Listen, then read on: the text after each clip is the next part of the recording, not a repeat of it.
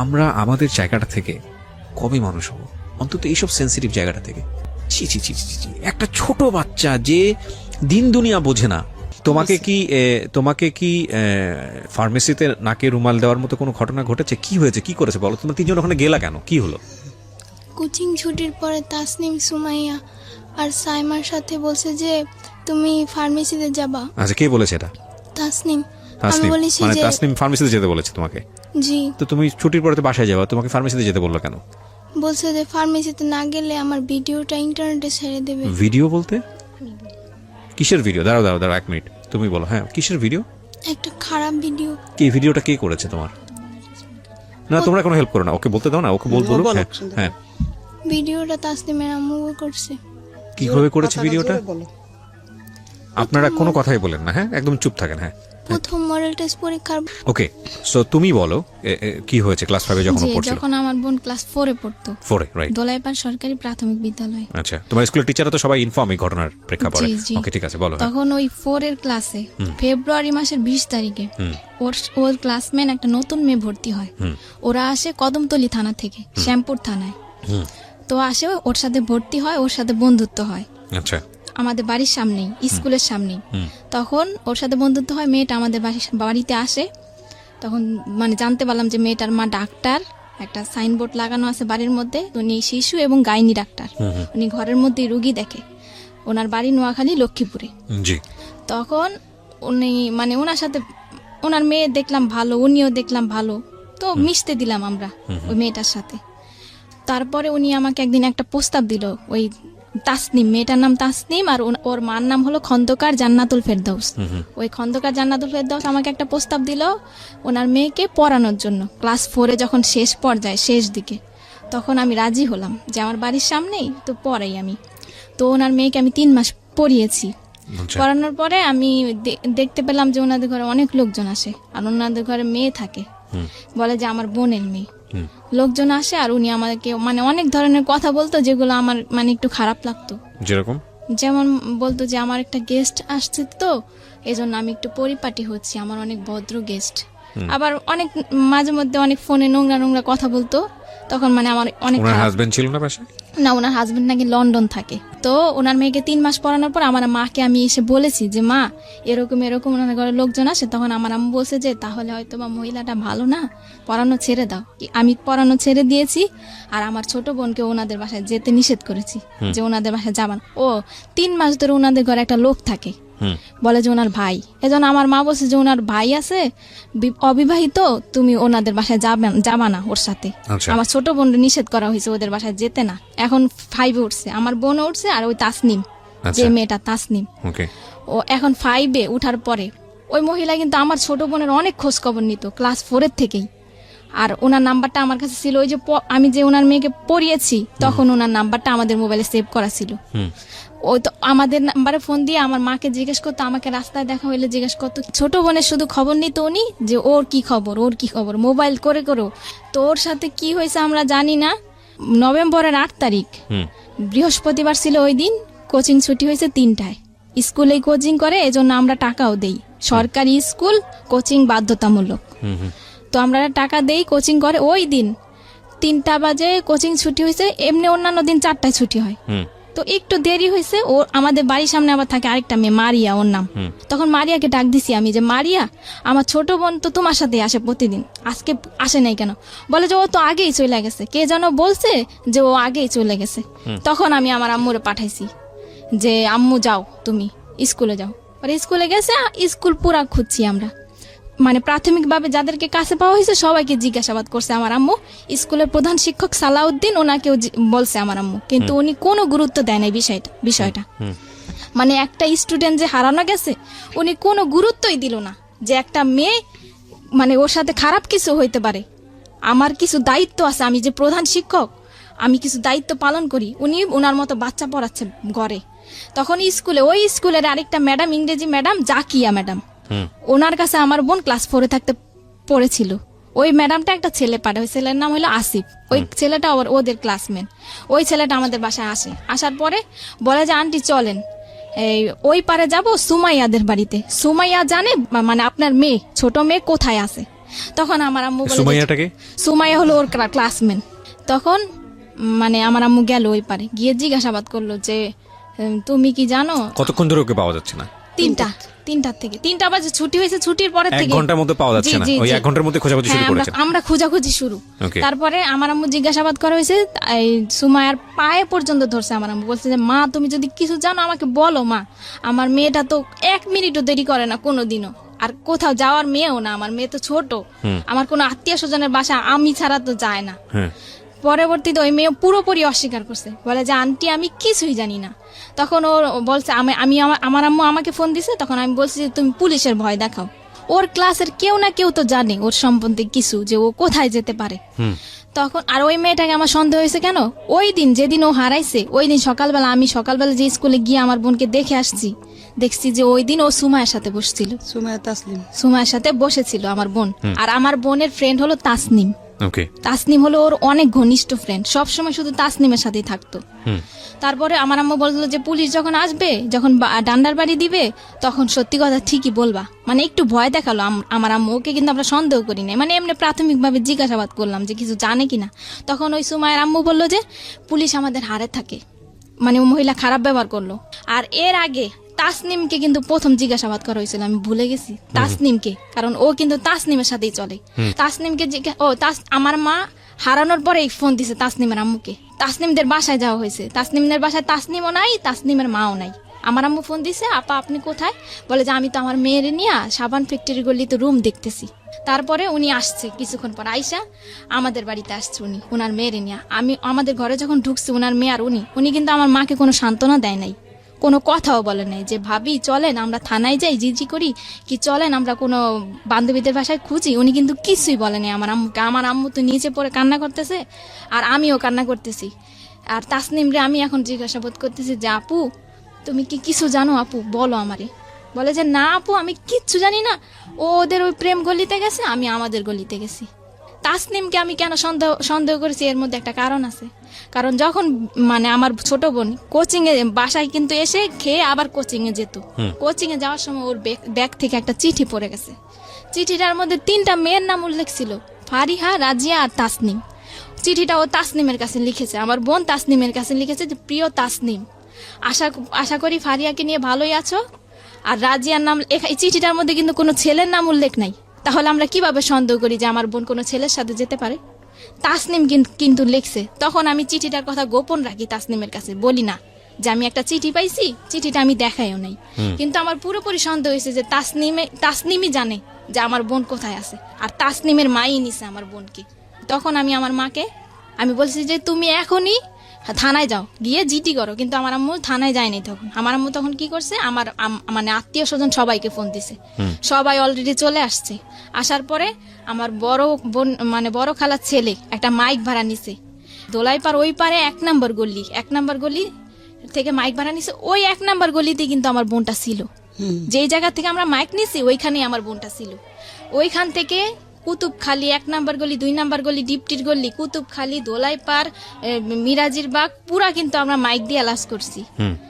স্কুলের head sir কিন্তু কোনো পদক্ষেপ নেয়নি, আর আমার আম্মুকে একটা ফোনও দেয় নাই, হেল্পও করে নাই। উনি কিন্তু বাচ্চাই পড়াইতেছে। স্কুল থেকে হারিয়ে গেছে কোচিং এর থেকে স্কুলে কোচিং বাধ্যতামূলক, জি বাধ্যতামূলক, এবং কি আমরা টাকা দিই। কোচিং করতে চাইতাম না, দইরা বাইরেই তো বেত দিয়া আমার বাচ্চা না সবার বাচ্চা। কোচিং না করলে বাচ্চাদেরকে কম নাম্বার দেওয়া হয় এবং ফেল করিয়ে দেওয়া হয় এবং বাচ্চাদের উপর টর্চার করা হয়। কি দুর্ধর্ষ, কি অমানবিক। এবং আমরা কবে আসলে এই জায়গাটা থেকে বেরোতে পারবো? না না না, আমি আপনার বড় মেয়ের কাছ থেকে শুনতে চাই, আপনাকে আমি ফ্লোর দিব পরে আবার। হ্যাঁ বলেন। তারপরে আমার আম্মু গেল হেড স্যারের বাড়িতে। আবার হেড স্যারের বাড়িতে যাওয়ার পরে আমার আম্মু হেড স্যারের সাথে কথা বলতে চাইলো। হেড স্যারের দেখে যে বাচ্চা পড়াচ্ছে। তখন ওই মরিয়ম নামে একটা মেয়ে, ওই মেয়েটাকে আমার মা নিতে চাইলো যে মরিয়ম তুমি আমার সাথে আসো, তুমি তো চিনো তোমাদের ক্লাসের কারো না কারো বাড়ি, আমি যাবো তোমাকে নিয়ে। স্যার কিন্তু ওই মেয়েটাকে দিতে রাজি হয় নাই, যে না ও যেতে পারবে না, ও পড়ছে। তখন তাসনিমের মা উনি হেড স্যারের সাথে দরজা লাগায় কি যেন বলতেছে। আমার আম্মু কিন্তু দরজা ফাঁক দিয়ে দেখছে, কিন্তু তখনও কিন্তু আমরা জানি না যে স্কুলের প্রধান শিক্ষকও জড়িত, উনিও জানে। এমনকি ওই মহিলার কাছেই তো আমার বোনটা কিন্তু আমরা তো আর জানি না যে ওনার কাছেই আছে। তখন আমার আম্মু এসে বলল যে এরকম এরকম হেড স্যার আর তাসনিমের মা কথা বললো, আমাকে কোনো গুরুত্ব দিল না, আর আমি একটা বাচ্চা নিতে চাইলাম, আমাকে তাও দেওয়া হলো না। হেড স্যার বলে যে দেখেন কোনো বান্ধবীর বাড়িতে গেছে কিনা, এটা বলছে হেড স্যার, আর কোনো গুরুত্ব দেয় না যে চলেন আমি যাই আপনাকে নিয়ে থানায়, কি আমি প্রত্যেকটা গার্জিয়ানের নাম্বারে ফোন দেই, কি আপনাকে একটা বাচ্চা দেই, আপনি যান খোঁজ করেন, কি প্রত্যেকটা গার্জিয়ান আমি ডাকাই, বাচ্চাগুলোকে আমি ডাকাই, কোনো পদক্ষেপ নেয় নাই উনি। তখন আমার আম্মু মাইক দিয়ে আলাউন্স করার পর থানায় গেল, সাধারণ জিডি করলো একটা। রাত্রে তখন 10টা বাজে। সাধারণ জিডি কোন করার পর থানায় হয়েছে এটা? শ্যামপুর থানা। শ্যামপুর শ্যামপুর থানায় থানাতে। একটা সাধারণ জিডি করা হলো, কারো সন্দেহ করে না, মানে একটা সাধারণ হারানো একটা সাধারণ জিডি। যে আমাদের যে জিডির যে মামলার আজম, এসআই আজম, ওনাকে আমার আম্মু নিয়ে আসলো গাড়ি নিয়ে, আমার মেজো খালা আমার মা গাড়িতে নিয়ে আসলো। আমার আম্মু সন্দেহ করলো, আমি বললাম যে আমি ওই মহিলাকে সন্দেহ করছি, যে ওই মহিলার মেয়ের সাথেই চলে, ওই মহিলাই জানে, ওই মহিলার মেয়েই জানে, যদি ওনারাও না নেয় তাহলে ওনারা জানে যে ও কোথায় আছে, কোথায় গেছে। তখন ওই মহিলাকে সন্দেহ করে আমি আমার মাকে পাঠালাম, রাত্রে 2টা বাজে গাড়ি নামায় নিয়ে আসছে, মহিলার বাসায় গেছে পুলিশ নিয়ে। তারপরে ওনার মেয়েকে মানে আমরা পুলিশ নিয়ে চাপ দিলাম, আর ওই খন্দকার জান্নাতুল ফেরদাউসকে চাপ দিলাম আমরা। তখন ওই মহিলা কিন্তু স্বীকার করেনি, আর মহিলার মেয়েও স্বীকার করেনি। তখন ওনার মেয়েকে আমরা মানে সন্দেহ করলাম ওনার বোনকে, ওনার বোন আবার থাকে পান্থপথ, আচ্ছা। ওই দোলাই পারেই পান্থপথ একটা মানে একটা স্থানের নাম, ওই স্থানে থাকে আর কি। আচ্ছা। তো ওইখানে ওনার মেয়েকে মানে আমরা চাইলাম যে তোমার খালার বাসায় হয়তো বা থাকতে পারে। ওকে। তখন ওনার মেয়েটাকে কিন্তু উনি একাই দিয়ে দিল, উনি কিন্তু কোনো আপত্তিকর মানে কথা বললো না যে না আমার মেয়েকে দিব না, আমি এত রাত্রে এতগুলা পুলিশের সাথে আমি কিন্তু দিব না আমার মেয়েকে। উনি কিন্তু ওনার মেয়েকে দিয়ে দিল আমার মার সাথে। আর আমার মা ওনার মেয়েকে নিয়ে এই রাত্রে 2টা বাজে ওর খালার বাসায় গেল, খালার বাসায় আর ওই গাড়ির মধ্যে ওনার মেয়েকে আমার মা কোলের মধ্যে রাখলো এবং বললো যে মা বলো, মা যদি তুমি কিছু জানো তাহলে বলো। কিন্তু ওনার মেয়ে কিন্তু কিছুই বললো না, যে না আন্টি আমি কিছুই জানি না। তখন ওর খালার বাসায় খোঁজা হলো, নেই, ওই বাসায়ও নেই। তখন ওই মহিলা আমার মাকে বললো, যখন ওনার মেয়েটাকে ফেরত দেওয়া হলো খুঁজে আসার পর, তখন মহিলা আমার মাকে বললো যে কাজটা কিন্তু আপনি ঠিক করেন নাই, মানে আমার বাসায় যে পুলিশ নিয়ে আসছেন কাজটা কিন্তু ঠিক করেন নাই আপনি। তখন আমার মা বললো যে আমি পুলিশ নিয়ে আসছি, একটু পর আমি র্যাব নিয়ে আসবো, মানে আপনার কাছেই আমার মেয়ে আছে, আপনিই জানেন। আমার মানে আমার মার তখন মাথা ঠিক ছিল না, বলছে। আর মেয়েটা কিন্তু ওনার কাছেই ছিল। কিভাবে উদ্ধার হলো তারপরে? আমার মা চলে আসলো বাড়িতে। পরের দিন সকালবেলা শুক্রবার আমার আম্মু কিন্তু শুক্রবারে র্যাবের অফিসে গেল 2বার। এর মধ্যে আমার ছোট খালা মানে মিডিয়ার লোকদের খবর দিল, 71 চ্যানেলের একজন রিপোর্টার, আর টুটুল উনি বিজয় টিভির, আর দৈনিক দিন প্রতিদিনের পত্রিকার একজন, এই 3 জন আর কি আমাদের পাশে এসে দাঁড়ালো আর কি, সান্ত্বনা দিল আমার মাকে যে আপা কান্নাকাটি করেন না, আপনার মেয়েকে পাবেন। 2 দিনে আমরা র্যাবের অফিসে গেলাম, ওই টুটুল বিজয় টিভির সাংবাদিক ওনাকে নিয়ে, উনি সাক্ষী, কেসের সাক্ষী ওনারা। আচ্ছা আচ্ছা। তো ওই দিন শুক্রবার আর মহিলার কাছে গিয়েছে ওনারা সকালবেলা, ওই মিডিয়ার লোকেরা, মিডিয়ার লোকদের সাথে ওই মহিলা অনেক খারাপ আচরণ করছে, এগুলো ভিডিও ফুটেজ ওই সাংবাদিকদের কাছে আছে। তারপরে ওই শুক্রবার সন্ধ্যা 7টায় আব্দুর রব নামের একজন লোক আসলো, এসে আমাদের দরজা টোকা দিল। সন্ধ্যা তখন 7টা। তখন বললো এই রুমে কি কাপড় বিক্রি করে সেই মহিলা থাকে? তখন আমার আম্মু বললো যে হ্যাঁ আমি বিক্রি করি, আমিই থাকি। আব্দুর রবটা কে জানো? আব্দুর রব, যে বাসায় ওরা রাখছে, যে বাসায় ছিল 30 ঘন্টা, হ্যাঁ। ওই আব্দুর রব। বলে আমার আম্মু বলে কি ওই লোকটা বলতেছে যে আপনার মেয়ে আমার বাসায় আছে, আমার কাছে আছে। তো আমার আম্মু বলে যে আপনার বাসায় আছে, আপনার বাসা কোথায়? বলে যে আমি তো মেম্বরের বাড়িতে থাকি। তা আমার আম্মু বললো মেম্বরের বাড়িতে এই যে আপনি কাছে থেকে আমার মেয়েটা দিলেন না, আপনি কি? বলে যে না আমি তো 7তলায় থাকি। বলে যে কোন 7তলায়? বলে যে না আমি তো 1 নম্বর গলিতে থাকি। লোকটা কয় ধরনের কথা বলা শুরু করছে, আর বলে যে আপনার মেয়েটা আমার মেয়ের সাথে চলে গেছে, আপনি নাকি অনেকে মানে মারধর করেন মেয়েকে, আমার কাছে আশ্রয় চেয়েছে, আমি আশ্রয় দিয়েছি। ওনার স্ত্রীকে ফোন দিল, কোথায় তুমি? আসলো আমার বোনটাকে নিয়ে আসলো। আমার বোনটা কে 2টা পুরুষ লোক ধরে ধরে নিয়ে আসছে, আমাদের দোতলার ভাড়াটিয়ারা সবাই সাক্ষী। তখন সবাই মানে ওই লোকটা যে এসে বললো, সবাই কিন্তু দরজা খুলে ফেললো, সব কথাই। আমার বোনটা কাঁপতেছে, প্রচন্ড কাঁপতেছে, মানে যাকে দেখে তাকেই ভয় পায়, আর শরীরে অনেক জ্বর ছিল আমার বোনের। তখন লোকটা কিন্তু ঘরের ভিতরে ঢুকতে চাইলো না। আমার আম্মু অনেক কষ্টে আর আমি অনেক কষ্টে বললাম যে আঙ্কেল আপনাকে কিভাবে ধন্যবাদ জানাবো, আপনি একটু বসেন, কিছু খান আপনি। লোকটা কিন্তু ঢুকতে, এই মহিলা তোর বাচ্চাটা ফেরত দেওয়াই কি আমার অপরাধ হইলো, মানে উনি কি আবল তাবল কথা বলতেছে। তখন ওনাকে বসালাম, আমার আম্মু বলে যে আমার গার্জিয়ান আসবে, আমার গার্জিয়ানকে বুঝিয়ে দিবেন আমার মেয়েকে। তখন আমরা মিডিয়ার লোকদেরকে খবর দিলাম, ওই যে আমাদেরকে সান্ত্বনা দিয়েছিল, আমাদের পাশে দাঁড়িয়েছে, আর আমার খালা, আমার আত্মীয় স্বজন সবাই আসলো। ওই আয়োর যে মামলার যে আয়ো আজম এসআই, ওনাকেও খবর দেওয়া হলো, আমার আম্মু খবর দিল। স্কুলের প্রধান শিক্ষককেও আমার আম্মু খবর দিল, কিন্তু ওই খন্দকার জান্নাতুল ফেরদৌসকে কিন্তু আমার আম্মু খবর দেয়নি। আর উনি কিন্তু এই একদিনের মধ্যে আমার আম্মুকে কোনো ফোনও দেয়নি, কোনো খোঁজ খবরও নেয়নি, এমনকি কোনো সাহায্য করে নাই। ওই খন্দকার জান্নাতুল ফেরদৌস আমার বোন ঘরে ঢুকার 5 মিনিটের মধ্যে উনি এসছে 3টা মেয়ে নিয়ে। উনি কিভাবে জানলো যে আমার বোনটা ঘরে আসছে? বড় বড় 3টা মেয়ে, 3টা মেয়ে নিয়ে আসছে। 3টা মেয়ে এসে মানে আমার মার সাথে ঝগড়া শুরু করছে যে কেন আমার মা পুলিশ নিয়ে গিয়ে ওই মহিলার বাসায় খুঁজতে গেছে। তখন আজম যে কেসের যে আয়ো, উনি বলল যে আপা দেখেন, আপনার মেয়ে যদি হারানো গেত তাহলে আপনিও খুঁজতে আসছেন, ওনার মনের অবস্থাটা আপনি বুঝেন। তখন খন্দকার জান্নাতুল ফেরদৌস বললো আমি আজকে অ্যাকশন নিব, আমার মান ইজ্জত কিছু রাখে নাই, পুলিশ নিয়ে আমার বাড়িতে গেছে। এই পরে আজম বলল যে দেখেন, আপনি বাচ্চা নিয়ে বড় কথা বলবেন না, আর ওনার মনের পরিস্থিতিটা বুঝেন, আপনি কি অ্যাকশন নেবেন, এইগুলা কোন ধরনের কথা বলতেছেন? মানে আমি যেটা বুঝতে পারছি, তখন পর্যন্ত আপনারা কেউ জানেননি যে ওর সাথে কি হয়েছে। ও জানে সব। আপনারা নরমালি যেটা জানেন যে ঠিক আছে, মানে বাচ্চা পাইছি, সুতরাং এটাই অনেক বড় কিছু।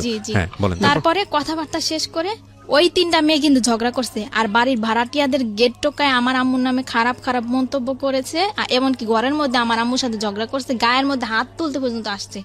রাজিয়া, সুরমা জাহান রাজিয়া, মহিলার যে সহযোগী ফার্মেসিতে কাজ করে, ওই রাজিয়া মহিলা কিন্তু কোনো কথা বলে না, ওই 3টা মেয়েই কথা বলতেছে। আর মিতু আসছে, মিতু নাকি ওনার বোনের মেয়ে। মিতু এসে বলতেছে যে গণতান্ত্রিক বাংলাদেশে বিনা কারণে কাউকে জেল খাটানো যায় না, এখানে কিন্তু কোনো জেল খাটানোর কথা উঠে না। ওনারা কিন্তু নিজে নিজে একটা আওয়াজ হচ্ছিল। হ্যাঁ, তারপরে কি হলো? হ্যাঁ, তারপরে ওনারা সবাই চলে গেছে, কেসের আয়ও চলে গেছে। স্কুলের প্রধান শিক্ষক আসছে এখন। প্রধান শিক্ষক এসে বলতেছে যে এই মেয়ের মা মেয়েকে অনেক অত্যাচার করে, মেয়ে আমার কাছে অনেক দিন বলছে স্কুলে, এই মেয়ের মা মেয়েকে এত অত্যাচার করছে যে মেয়ে চলে গেছে অন্যদের বাড়িতে। তখন হেড স্যার ওকে গিয়ে ধমকাচ্ছে ভিতরের রুমে, যে এই মেয়ে, মানে ওকে নাম ধরে বলতেছে যে তুই কার সাথে গেছিস। তখন ও বলছে যে তাসনিম, বলে যে কশাকার তাসনিম না খশাকার তাসনিম। এই প্রশ্নটা ওকে 3বার করা হয়েছে, ও কিন্তু বলছে যে কশাকার তাসনিম। আর হেড স্যার কিন্তু জানে যে ও তাসনিমের সাথে চলে, আর খশাকার তাসনিম নামের কোনো মেয়েই নাই। তখন ওকে ধমকানো হলো, কিন্তু আমরা কিন্তু তখন বুঝি নাই, ওকে চোখ গোড়ানি দেওয়া হয়েছে আমার সামনে, আর আমার 2 খালা, আমার নাম কবি না, কিন্তু মানে ওকে চোখ গড়ানি দেওয়া হয়েছে, আমরা কিন্তু বুঝি নাই যে কেন ওকে চোখ গরম দিচ্ছে। স্যার চলে গেছে, সবাই চলে গেছে। তখন পত্রিকার একজন লোক ছিল, আমার ছোট খালা ছিল। তখনই আমার বোনের অবস্থা, শারীরিক অবস্থা, তখন মিডিয়ার লোকের একটা মানে একটা জবানবন্দি নিল, ওর কাছ থেকে জবানবন্দি দিল। মানে ওই মুহূর্তে ও যা বলেছে আমি তাই বলতেছি। ও বললো যে তোমার সাথে কি কি ঘটেছে। তখন ও বলছে যে তাসনিম, সাইমা, সুমাইয়া, এই 3জনই ওদের ক্লাসে পড়ে। এই 3টা মেয়ের সাথে কোচিং ছুটির পরে আমি গেছি খন্দকার জান্নাতুল ফেরদৌসের ফার্মেসিতে যাওয়ার পর মহিলা একটা রুমালের মধ্যে কি দিছে, আমি তারপর আমার আর কিছুই মনে নেই। পরের দিন সকালবেলা আমি উঠে দেখি যে আমি আব্দুর রবের বাড়িতে, ওই যে সাইমাদের বাড়িতে। সাইমার বাবা কিন্তু আব্দুর রব। এতটুকু আমি ওর মুখ থেকে শুনতে চাই, মানে আপনার পাশে যে আপনার বোনটা বসে আছে, ছোট বোন, ওকে একটু মাইক্রোফোনটা দেন।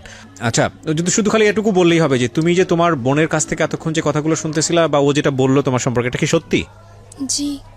আর ওরে বেলা আপনি চুপ থাকেন, আপনি আমার সাথে কথা বলতে দেন, আপনার ইন্টারপ্রেট দরকার নাই। একটা যেটা হচ্ছে যে তোমার নামটা তুমি বলিনি, হ্যাঁ, তুমি আমার সঙ্গে একটু গল্প করো। আমি অনেকক্ষণ ধরে তোমাকে অবজার্ভ করছি, তোমার মানসিক অবস্থা খুবই খারাপ, এবং তুমি ভেঙেও পড়েছো অনেকখানি।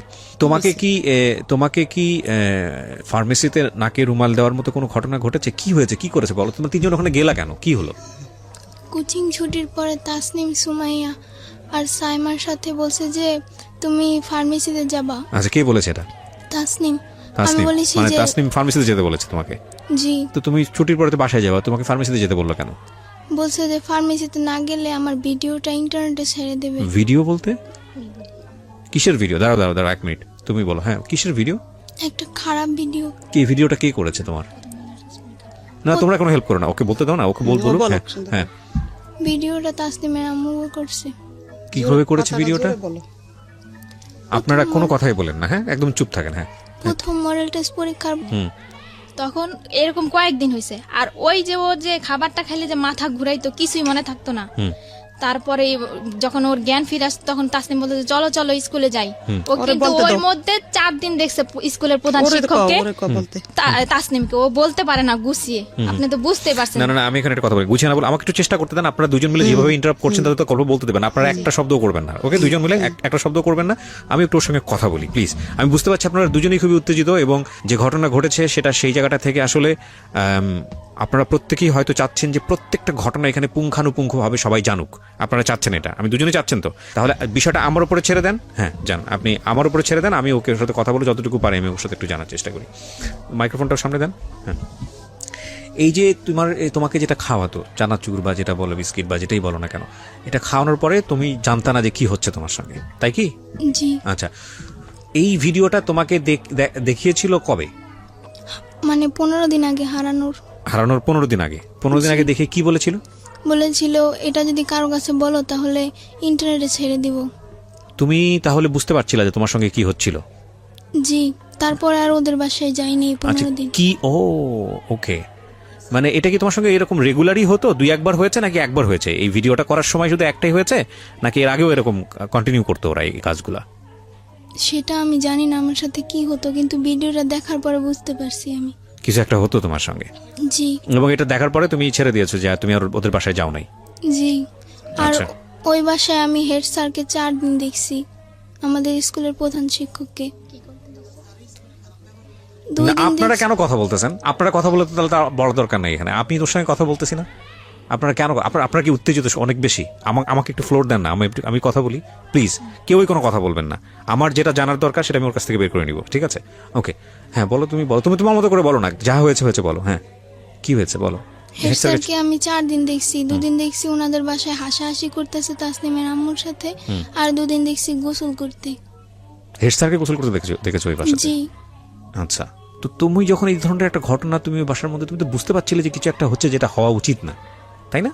কিছু কি বুঝতে পারতেছিলা যে কিছু একটা হচ্ছে? হেড স্যারকে তো এই বাসায় দেখার কথা না, তুমি কি বুঝতে পারতেছিলা বিষয়টা? নাকি মনে হচ্ছিল যে ঠিক আছে দেখছি, ঠিক আছে? তোমার মনে হয়নি যে বিষয়গুলো গিয়ে বাবা মার সঙ্গে কথা বলি, মাকে জানাই বা আমার বড় বোনকে জানাই, এটা মনে হয় নাই? কি মনে হয়েছে যে জানালে কোনো সমস্যা হতে পারে বা ওদেরকে জানালে বকাঝকা করতে পারে, মার দিতে পারে, এরকম কিছু কি? তাহলে জানাওনি কেন? আমি মানে কি আমার অনেক চাপ ছিল। কি ধরনের চাপ বলো তো? তোমার মা যদি তোমাকে বকাঝকা করে এটা বলতে কোনো সমস্যা নাই, পৃথিবীর সব মাই তার বাচ্চাদেরকে শাসন করে, টেনশন করার কোনো কারণ নাই, ঠিক আছে? তুমি আমাকে দিল খুলে বলো, হ্যাঁ মন খুলে বলো, কি হয়েছে তোমার সঙ্গে, কিসের চাপ ছিল? আমি সকালে 9টার দিকে স্কুলে যেতাম, স্কুলে ক্লাস করে 2টা বাজে ছুটি দিত। জি। ছুটি দেওয়ার পর বাসা যেতাম খাবার খেয়ে, তারপরে 3টা বাজে আসতাম, 4টা বাজে ছুটি দিত কোচিং এ। আচ্ছা, তারপর আবার হেড স্যার একজন শিক্ষক টিচার খুঁজে দিছে, তার কাছে পড়তাম 7টা থেকে 8টা পর্যন্ত 1 ঘন্টা। আচ্ছা। তারপর আবার বাসায় পড়তাম, কোনো বলার সুযোগ ছিল না। আর এছাড়া আমি আমার মাকে বলছিলাম যে আমার পেটে নিচে প্রচুর ব্যথা করে, আমার আম্মু বলে যে গ্যাস্ট্রিকের ব্যথা, এই কারণে। তার মানে তোমার সঙ্গে যখন এই ঘটনাগুলো ঘটতেছিল, যখন তুমি বুঝো না বিষয়টা, তখন তুমি বাসায় বলেছো যে তোমার এটা ব্যথা করে, কিন্তু তোমার মা এই জিনিসটাকে বেশি আমলে নেয়নি, তাই কি? জি। আচ্ছা, তারপর কি হলো? ঠিক আছে, গ্যাস্ট্রিকের ব্যথা, কোনো ট্যাবলেট দিয়েছিল? হ্যাঁ, গ্যাস্ট্রিকের ট্যাবলেট দিয়েছিল, বলেছিল এটা খেলে হয়তো তোমার ব্যথা সেরে যাবে। আচ্ছা। তারপরেও ব্যথা সারেনি, প্রচুর ব্যথা করতো। তুমি কি কখনো এরকম কোনো কিছু দেখেছো? মানে আমি তোমাকে এই জিনিসটা জিজ্ঞেস করছি যেটা আমার জায়গা থেকে 100% ক্লিয়ার হওয়ার জন্য, কারণ আমি জানি এরপরে তোমাকে পুলিশে জেরাতে নেওয়া হয়েছে, সেখানেও অভিজ্ঞতা ভালো না তোমাদের, আমি গল্পটা জানি, যে কারণে আমি একটু আমার জায়গা থেকে একটু বিষয়টা ক্লিয়ার করতে চাই। তুমি কি কখনো এমন কোনো বিষয় দেখেছো তোমার শারীরিকভাবে যেটা তোমার কাছে খুব অস্বাভাবিক মনে হয়েছে, ভয়ঙ্কর মনে হয়েছে? এরকম কোনো বিষয় কি তুমি দেখেছো কখনো, নিজে থেকে অবজার্ভ করেছো কখনো? এরকম কোনো কিছু অবজার্ভ করনি। এখানে একটা নোটিস করার মতো বিষয় আছে প্রিয় শ্রোতা, সেটা হলো যে যাকে ওনারা অ্যাকিউজ করছেন, আমি কিন্তু আবারও বলেছি, অনুষ্ঠানের শুরুতেই বলেছি, এটা এখন পর্যন্ত প্রমাণিত না, যাকে ওনারা অ্যাকিউজ করেছেন তিনি একজন ডক্টর ছিলেন, তথাকথিত ডক্টর, যেটাই বলি না কেন, কোনো পত্রিকার রিপোর্ট এসছে উনি একজন ভুয়া ডাক্তার, তো ইনি একজন ফার্মাসিস্ট ছিলেন, যাই থাকুক না কেন। সুতরাং এই ধরনের বিষয়গুলো সম্পর্কে ওনার মোটামুটি একটা ভালো দখল ছিল। তো তোমাকে ভিডিও দেখানোর ভয় দেখাচ্ছে 15 দিন আগে, এই ভয়টা ওরা কেন দেখিয়েছে সেটা আমি জানি না। না, কিন্তু তোমাকে ভয় দেখালে তো কোনো একটা কারণে দেখাতে হবে। আজ তুমি ওদের বাধ্য ছিল না বা কিছু? তোমার বড় বোনের বোধহয় বলতে যাচ্ছে, কিসের কারণে ভয়? মানে ভিডিওটা কেন দেখাইছে যে ওই তাসনিমকে প্রশ্ন করছে যে তোমাদের বাড়ি খাবার খেলে আমার কেন এমন লাগে, হ্যাঁ, তখন কিন্তু ও বলছে যে তোমাদের বাসা আমি আর যাব না। আচ্ছা, এই না বলছে যে যাবে না, এজন্য ওকে ফার্মেসিতে ডেকে নিয়ে ভিডিওটা দেখাইছে আর বলছে যে তুমি আমাদের কথা শুনতে বাধ্য। ও তার মানে বিষয়টা হচ্ছে এরকম যে ও যদি বাসায় না যায় তাহলে আলটিমেটলি এই ভিডিওটা পাবলিশ করে দেবে বা এরকম কিছু একটা করেছে। আর যদি তোমার পরিবারের কারো কাছে বলো তাহলে তোমাকে টুকরা টুকরা করে পাচার করবে, এটা ওর কাছ থেকে জেনেছি আমরা ওকে পাওয়ার পরে। আচ্ছা, এর আগে কিন্তু ও আমাদের বলে নাই। তার মানে এই জিনিসটা খুব প্ল্যান ছিল আপনাদের কথা অনুযায়ী এবং এটা অনেক দিন ধরে ওর সঙ্গে হয়েছে। সো নোটিশ করেছে আপনাদের বাসাতে যে আমার তলপেটে ব্যথা করছে, যেটা খুব স্বাভাবিকভাবে আমরা যে তুমি হাত ধো না আর তুমি পানি খাও না, এজন্য তোমার পেটে ব্যথা করে আর প্রচন্ড পেটে ব্যথা কান্না করতো। আজকে খেয়াল রাখেন এই সেন্টেন্সগুলা, এই বিষয়গুলা প্রিয় শ্রোতা, আমি বারবার আপনাদেরকে বলছি যে আমি বহুবার রেডিওতে বহুবার এই জিনিসগুলো খুব ডেডলি, খুব সাহসের সঙ্গে উপস্থাপন করেছি। আমি জানি না বাংলাদেশের কোনো গণমাধ্যমে এতটা মানে ডেডলি কোনো সোশ্যাল ইস্যু, কোনো ফ্যামিলি ইস্যু কখনো আসে কিনা। আমি সেজন্য সমালোচিত হয়েছি বিভিন্ন জায়গাতে, সোশ্যাল মিডিয়াতে অনেক উল্টাপাল্টা কথাও বলা হয় আমাকে নিয়ে, আমি বাট সেটার জন্য আমার কোনো কনসার্ন নেই। বাট আমি আপনাদেরকে বলি যে শিশু যৌন নির্যাতন বা সেক্সুয়াল অ্যাবিউজ, এটার যে মানে রেট কতটা ভয়াবহ সারা দুনিয়াতে, বাংলাদেশে তো অবশ্যই।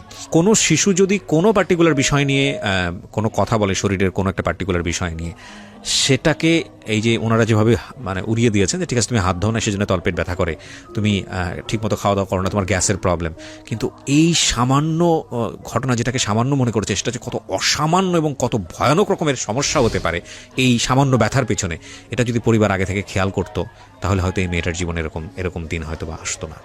আমি একটু সামনের দিকে আরেকটু আগাতে চাই। তো তুমি বলো, ওকে দেন, ফার্মেসিতে নিয়ে যাওয়ার পরে তোমার কি মনে আছে যতক্ষণ পর্যন্ত তোমার সেন্স ছিল কি করা হয়েছে তোমার সঙ্গে একটু বলো তো? ওই রুমাল ধরা পর্যন্ত কি কথাবার্তা হচ্ছিল তোমার সঙ্গে? একটা হলো তোমাকে ভিডিও দেখালো, ভয় টয় দেখায় তোমাকে ফার্মেসিতে নিল, তো ফার্মেসিতে যাওয়ার পরে তোমার সাথে কি কথাবার্তা হচ্ছিল যতটুকু তোমার মনে আছে সেন্স হারানোর আগ পর্যন্ত? ওকে দেন।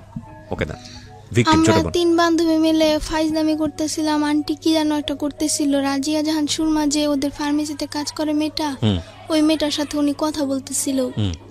3-4 মিনিট পরে দেখি উনি একটা রুমালের মধ্যে কি যেন দিতেছে। তো আমি জিজ্ঞেস করছি আন্টি কি করেন, তা বলে কি চুপ করো একটুখানি বসো। তারপর আমার নাকের ভিতর ধরার পরে আমার আর কিছু মনে নেই। তোমার এই নাকের ভেতর ধরার পরে যখন তোমার সেন্স ফিরছে, ফার্স্ট মেমোরিটা কি? প্রথম তোমার কি মনে আছে? কি দেখছো তুমি ঘুম থেকে ফেরার পরে? কি মনে আছে? কিছু মনে আছে? হ্যাঁ, কি সেটা? আমি ওখানে আমি যখন নাকি ঘুম থেকে উঠি তখন দেখি সাইমাদের বাসায়। সাইমাটাকে তোমার বান্ধবী? জি। আচ্ছা, হ্যাঁ, সাইমাদের বাসায়। হ্যাঁ, ওখানে ওর বাবাকে দেখছি, ওর আর একটা লোককে দেখছি, আর একটা মেয়েকে দেখছি, হ্যাঁ, আর ওর মাকে দেখছি। হ্যাঁ। তো আমি সাইমাকে জিজ্ঞেস করছি যে আমি এখানে কেন, আমি তো ফার্মেসিতে থাকার কথা। রাইট। তো বলে যে চুপ করে থাকো, পরেরটা পরে বোঝা যাবে। অনেকবার জিজ্ঞেস করছি, আমাকে ধমক মাইরা চুপ করে দিছে। এই সাইমাটা কি তোমার বয়সী ছিল? জি। ও কোন ক্লাসে পড়তো? 5। একই ক্লাসমেট তোমার? জি। আমি অবাক হচ্ছি প্রিয় শ্রোতা, আমি ফ্লোর দিব, তবে তার আগে আমাকে একটা বিরতি নিতে হবে। আপনারা সবই ফেসবুকে দেখতে পাচ্ছেন, আমরা স্টুডিও থেকে আছি ফেসবুক লাইভে, বাট আমি বারবার আপনাদেরকে বলছি এটা একটা অমীমাংসিত সত্য। আমরা সত্য মিথ্যা আপনাদের উপরে ছেড়ে দিয়েছি। এটা এই মামলাটি কোর্টে জাজমেন্ট অবস্থায় রয়েছে। ওনারা যে বক্তব্য দিচ্ছেন সেটা আমরা জাস্টিফাই করব না, সেটা জাস্টিফাই করার দায়িত্ব হচ্ছে কোর্টের। কতটুকু সত্য বলছেন কতটুকু মিথ্যা বলছেন সেটা পুলিশ ইনভেস্টিগেট করবে এবং কোর্ট সেখান থেকে রায় দেবে। শেষ পর্যন্ত কোর্ট যে রায় দেয় সেটার প্রতি আমাদের আস্থা আছে, কিন্তু আমরা এটাকে উপস্থাপন করতে চাই আমাদের সামাজিক যে লেসন বা আমাদের এইরকম ঘটনা থেকে আমাদের নিজেদের যে একটু সতর্ক হওয়া, সেই জায়গাটি থেকে আমরা অবশ্যই আস্থা রাখতে চাই মহামান্য বিচারকের উপর, আমরা আস্থা রাখতে চাই মহামান্য কোর্টের উপর। আমরা এটাকে একটা এভিডেন্ট হিসেবে উপস্থাপন করছি না, আমরা কাউকে এখানে অ্যাকিউজ করছি না। ওরা যা বলছে সেটা যে 100% সত্য সেটাও আমরা দাবি করছি না। সেই দাবিটা সে নিরূপণ করার দায়িত্ব হচ্ছে কোর্টের, যেটা আমি অনুষ্ঠানের শুরুতেই ডিসক্লেমার হিসেবে আপনাদেরকে বলেছি। তবুও আজকে ওরা যা বলছে সেটা বিশ্বাস অবিশ্বাসের জায়গায় আপনি ব্যক্তিগতভাবে রাখতে পারেন, রেখে আপনার জোর সাথে কি হয়েছে ওকে না ঢাকা মেডিকেলে কেন নেবেন আপনারা? তো তখন পর্যন্ত ধরেন যেটা জানলেন জ্বর, ওকে পাইছেন, তাতেই আপনারা খুশি। আশেপাশে কিন্তু ওকে ওইরকম কোনো ডাক্তারখানা নাই, শুধু ফার্মেসি। আমরা কি ওকে কাঁপতেছিল? রাইট। জি, ওকে কাঁপতেছিল। ওর কোনো শারীরিক ওটা ভাবেন নাই, ভাবছেন যে ওকে ট্রিটমেন্ট করা দরকার? জি। আচ্ছা, প্রচন্ড জ্বর ছিল ওর। আচ্ছা, এমনকি হেডমাস্টার নিজে ওর মাথায় হাত দিয়ে দেখেছেন যে ওর জ্বর ছিল। আচ্ছা। তখন ওকে আমরা ঢাকা মেডিকেল নর্মালে নিলাম আর কি। তখন ওকে আমার আম্মু বললো যে হারানো গেছে, 30 ঘন্টা পরে পেয়েছি মেয়েটাকে, জ্বর, আমরা দেখাবো। তখন কিন্তু ওকে মানে পুলিশ মহিলা দেওয়া হলো 2 জন, ওকে কিন্তু চেক আপ করা হলো। আচ্ছা, ওই মেডিকেল থেকে দেওয়া হলো? জি, চেক আপ করা হলো। চেক আপ করার পরে ওকে ওসিসিতে দেওয়া হলো। আমরা কিন্তু ওসিসি চিনি না, আচ্ছা ওকে ওসিসিতে দেওয়া হলো। ওসিসিতে ভর্তি করার পরে আর ওই মহিলা চেক আপ করার পরে বলছে যে আপনার মেয়ে তো মানে হয়েছে, ওর সাথে খারাপ কিছু হয়েছে। একের অভিজ্ঞ এটা কে বলেছে? পুলিশ বলেছে নাকি? মানে চেক আপ করার পরে আমরা কিন্তু বলছি যে হারানো গেছে মেয়েটা, জ্বর আমরা দেখাবো। ও মানে মেডিকেল বলি থেকেই তাই। বললো যে আমার হ্যাঁ, তো হ্যাঁ শুনুন। বলেন হ্যাঁ আমি রুমের ভিতরে মানে ডাক্তার নাই, ওদিন শুক্রবার বন্ধ, ডেলিভারি রুগী অগল ঢুকছে সমানে তো ডাক্তার নাই। তারপরে একজন ডাক্তার আসছে ডেলিভারি রুগী থেকে ওরে দেখবো, সে নর্মালি দেখবো। দেখার পর আমি বলছি হারাই গেছে, এই কথা বলছি। হারাই গেলের কথা বললে ওই জায়গা করে পরীক্ষা নিরীক্ষা করে যে হারাই গেছে মানে কোনো সমস্যা হয়েছে কিনা। তখন মহিলা পুলিশ দিচ্ছে একজন আর পুরুষ পুলিশ দুইজন, এই তিনজন আমাদের সাথে এই 11টার থেকে 3টা পর্যন্ত দাঁড়াইছিল। দাঁড়াই থাকার পরে চেক করছে ওরে, আমার বইনও ছিল লগে, আমার ওই সাংবাদিক উনিও ছিল একজন পেপারের। ওইরা উনি বলে যে এই বাচ্চার সাথে তো খারাপ কিছু হয়েছে, একের অভিজ্ঞবার।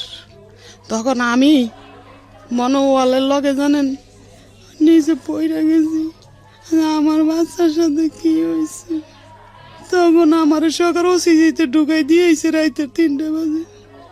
আমি রাইতে ছিলাম, সকালে বাসায় গেছি। আবার আমার আর থাকতে দিছে না ওইখানে, এখানে মা থাকতে পারে না। জি আমি বলতে চাই, আর ওকে যখন পাওয়া গেল ওই কিন্তু এই ভিডিওর কথাগুলো আমাদের কাছে বলে নাই, আচ্ছা শুধু ওই ফার্মেসির কথাই বলছে। তখনও জানেন না, আপনারা তখনও আমরা জানি না যে ও কিন্তু ও জানে। হুম। তারপরে ওকে ঢাকা মেডিকেলে 4 দিন রাখা হলো, এবং কি ঢাকা মেডিকেলের পুলিশরা ছাড়পত্র দিয়ে বললো যে আপনারা কি মামলা করছেন?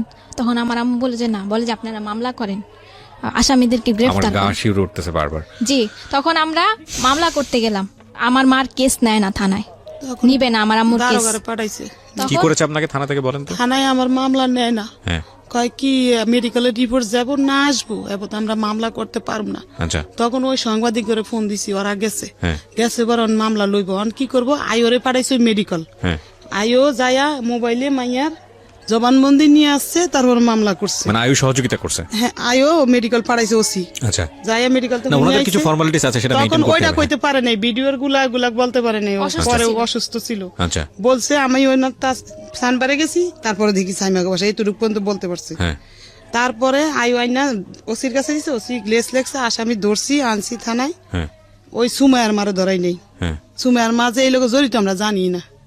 তো আপনি আসামি কাকে মনে করেন? আরেকটা আসামি কথা আমি ওই বলতে চাই। ডাক্তারের বেডি, তাসলিমের আম্মু ডাক্তার, হ্যাঁ তার সহকর্মী, ওই যে ভিডিও রেকর্ডিং করছে যে মায়ের, আর যেই আব্দুল রবের বাসায় বই আবার ঘটনা হয়েছে ওর সাথে খারাপ কিছু, হ্যাঁ, আব্দুল রবরে ধরাইছি। আচ্ছা, তিনজন আসামিকে আপনি মামলা ধরে নিয়ে এসে পরে মামলা হয়েছে না, নাকি? মামলা করার পরে গাড়ি দিছে, নিয়ে আসছে। মামলার এজাহারটা আমার কাছে আছে, আপনারা নিয়ে এসেছেন, আমি একটু ফটোকপি আছে আমার কাছে। প্রিয় শ্রোতা, আমি খুব কিছু অল্প অংশ আপনাদেরকে একটু শোনাতে চাই। আমার মনে হয় যেটা পত্রিকার রিপোর্টটা কি কবে হয়েছে? মামলা হওয়ার পরে হয়েছে?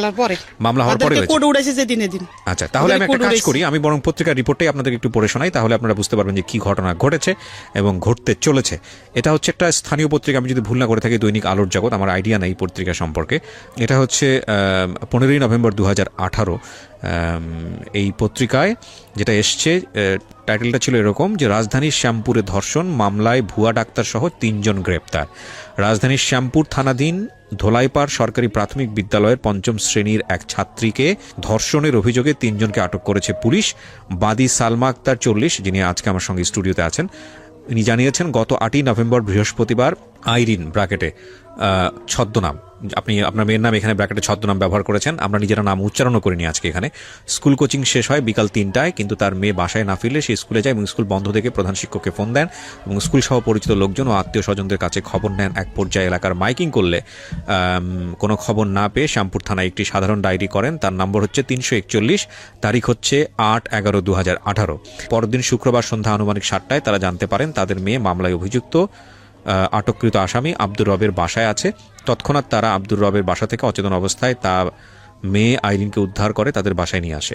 তাদের মেয়েকে পাওয়া গেছে শুনতে পেয়ে স্কুলের প্রধান শিক্ষক, জিডি তদন্ত কর্মকর্তা সাব ইন্সপেক্টর মোহাম্মদ, নামটা এখানে কেন আসেনি, আচ্ছা ঠিক আছে, সাংবাদিকরা উপস্থিত হন, কিন্তু আইরিনের কোনো হুঁশ না থাকায় কি হয়েছিল সেটা জানা যায়নি। এক সময় রাত আনুমানিক 9টায় হুঁশ ফিরলে সে জানায় স্কুল কোচিং শেষে মামলার আটককৃত আসামি খন্দকার জান্নাতুল ফেরদৌসের স্কয়ার হেলথ কেয়ার ফার্মেসিতে গেলে, এই ফার্মাসির নাম কি স্কয়ার হেলথ কেয়ার, আচ্ছা স্কয়ার হেলথ কেয়ার ফার্মাসিতে গেলে তার মুখ অচেতন নাশক ঔষধ মাখায় এবং এরপর তার আর কিছু মনে নেই। পরদিন শুক্রবার কেন সে আব্দুর রবের বাসায় গেল তা সে জানে না। একথা শুনে তার পরিবার রাতে ঢাকা মেডিকেল কলেজ হাসপাতালে ভর্তি করলে মেয়ের শারীরিক অবস্থা খারাপ দেখে ওসিসিতে ভর্তি করা হয়।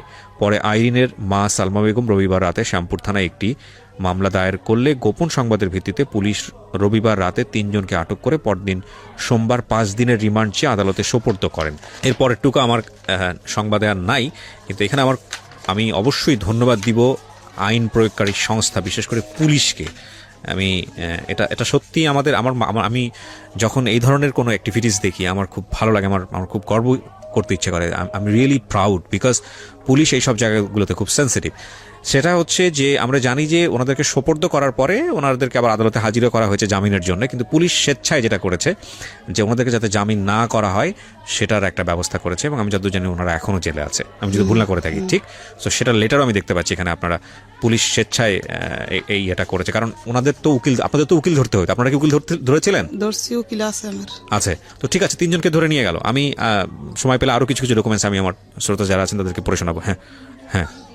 মামলা করার পরে মানে থানার লোকেরা জিজ্ঞাসাবাদ করলো আমার বোনকে, আমার মাকে। ওসি বলল যে সবে তো মাত্র থাকা শুরু, এখানে আরো কত থাকতে হবে। কে বললো এটা? ওসি, থানার ওসি আমার মাকে বলল। হ্যাঁ। ওসিতে 4 দিন থাকার পরে বাচ্চাকে থানায় নেওয়া হলো। থানায় একটা রাত রাখার পরে পরের দিন সকালবেলা কোর্টে ওঠা হলো ম্যাজিস্ট্রেটের কাছে জবানবন্দি দেওয়ার জন্য। তখন কিন্তু আমার বোন ভিডিওর কথাটা বললো ম্যাজিস্ট্রেটের কাছে জবানবন্দি দেওয়ার আগে।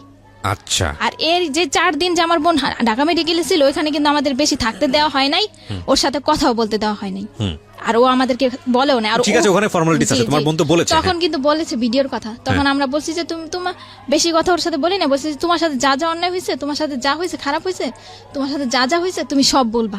এমনকি প্রধান শিক্ষক স্কুলে মানে কৌশলে ওকে ডেকে নিয়ে শরীরের বিভিন্ন জায়গায় স্পর্শ করতে। তোমাদের কাছে বলেছে? জি বলেছে। আচ্ছা, ওর কাছ থেকে শুনে একটু।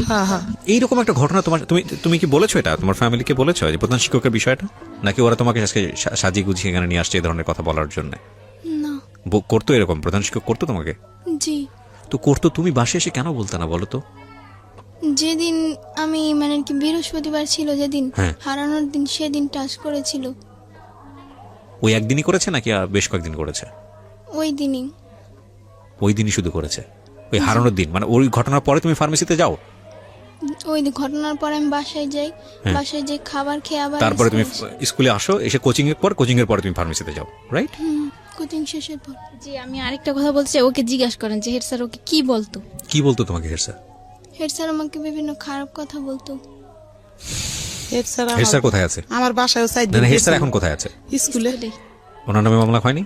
ওনার নামে মামলা করতে ম্যাজিস্ট্রেটের কাছে বলতে পারে নাই, ছোট মানুষ। আর থানায় কইছি বলতে করে পারে নাই। নাই। থানায় যেদিন ওর নামে মামলা, এই দিনে ওনার নামে মামলা হইতো। এত বড় একটা ঘটনা ঘটে গেল, প্রধান শিক্ষকের ব্যাপারে আপনারা তো আগে থেকেই বিষয়গুলো আপনারা কিছুটা হলো টাচ করতে পারছিলেন, যদি আপনাদের কথা সত্য হয়ে থাকে। তাহলে আপনি মামলাতে শুধুমাত্র 3 জনের নাম কেন দিলেন? প্রধান শিক্ষকের নাম কেন জড়ালেন না? দিতে চাইছি, থানার কেউ লয়নি, সাক্ষী ও সাংবাদিকেরা লইব না, প্রধান শিক্ষকের নাম লইব না। তারপরে এখন আবার কি করে শুনবেন, এখন আবার মেডিকেলের সার্টিফিকেট বাইরেছে পর আবার আমাদেরকে ডাইকা নিছে থানায়, ওই আজম ডাইকা নিয়ে আমার বড় বোনের সরকার। এখন বলে যে ওই মহিলা যে ভিডিও রেকর্ডিং করছে ওগুলা বাদ, আগের দিন ধরবো না, সেদিন রাইতে রেপ করছে কেটা সেটা নাম বলো তুমি। কথা স্যার বুঝছেন? সেটা তো বলতে পারবে না, কারণ ও তো কইতে পারে না। অন বলতাছে আগের ঘটনা বাদ, আগের ঘটনার বাদ। আমি কেন আমার মেয়ে যদি ধারাবাহিকভাবে আসি, ও দাবি করছে যে হেড স্যার ওর সঙ্গে খারাপ ব্যবহার করেছে, কিন্তু আপনারা সেখানে নতুন করে নাম ঢুকাতে পারেন নাই। কিন্তু আপনারা কি জানেন, আপনারা যে লয়ারকে ধরছেন সেটা হচ্ছে যে এই মামলার চার্জশিট কি দেওয়া হয়েছে? মামলার চার্জশিট দেওয়া হয়নি। কোন লয়ারের নাম্বার আছে আপনার কাছে? ওকে, লয়ারের সঙ্গে আমরা কথা বলছি। আচ্ছা, এই লয়ার আপনার এই বিষয়টা ডিল করছে। ওকে, আমরা লয়ারের সঙ্গে কথা বলছি। প্রিয় শ্রোতা, আপনারা স্ট্যান্ড বাই থাকুন। আমাদের এই লয়ার বিষয়টি নিয়ে কতটুকু ইনভলভ বা আদৌ তিনি আমাদের সঙ্গে কথা বলতে চান কিনা সেটা আমরা একটু আপনাদের সঙ্গে ইনভলভ করাচ্ছি।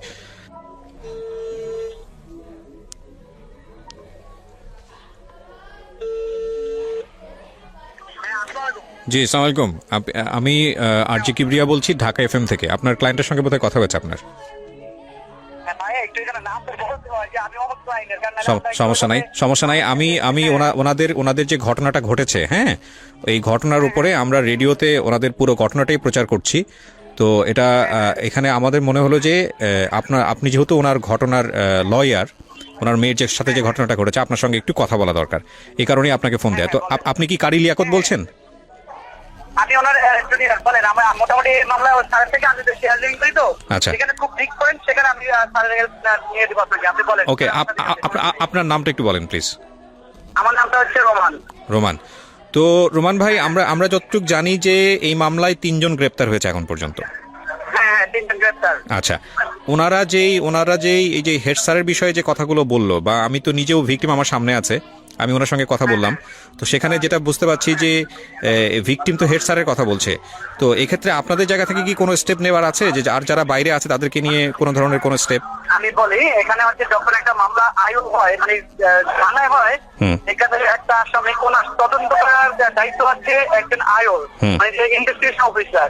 উনি একটা ঘটনা জানবে বাদী থেকে, হ্যাঁ, বা অভিযোগকারী থেকে জানবে, জেনে উনি ওনার যে পয়েন্ট গুলো আছে, যে ওইগুলো আছে, ওইগুলো অনুযায়ী উনি একটা ঘটনার সাথে কে জড়িত থাকতে পারে। ফর এক্সাম্পল, আমি এক্স কে বললাম যে এক্স এই কাজটা করছে, কিন্তু উনি তদন্ত করে দেখলো ওয়াই হয়েছে, ওয়াই ওটার সাথে জড়িত আছে, তো এটা সম্পূর্ণ দায়িত্ব হচ্ছে ওনার।